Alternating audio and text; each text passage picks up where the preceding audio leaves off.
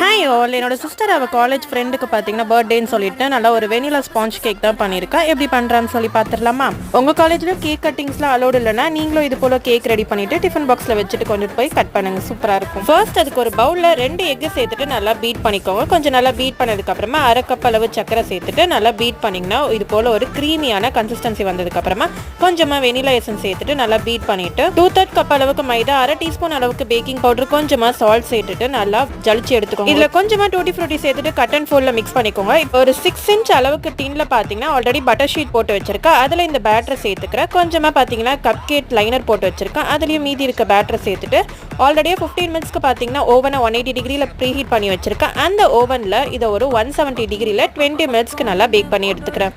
அவ்வளோதான் ஃப்ரெண்ட்ஸ், நல்லா எம்மியான டேஸ்டான வெனிலா ஸ்பாஞ்ச் கேக் ரெடி ஆயிடுச்சு. உங்க வீட்டில் நீங்களும் அதை ட்ரை பண்ணி பார்த்துட்டு எப்படி இருக்குன்னு சொல்லி மறக்காம கமெண்ட்ல சொல்லுங்க. மறக்காம என்னோட சேனலை சப்ஸ்கிரைப் பண்ணிடுங்க.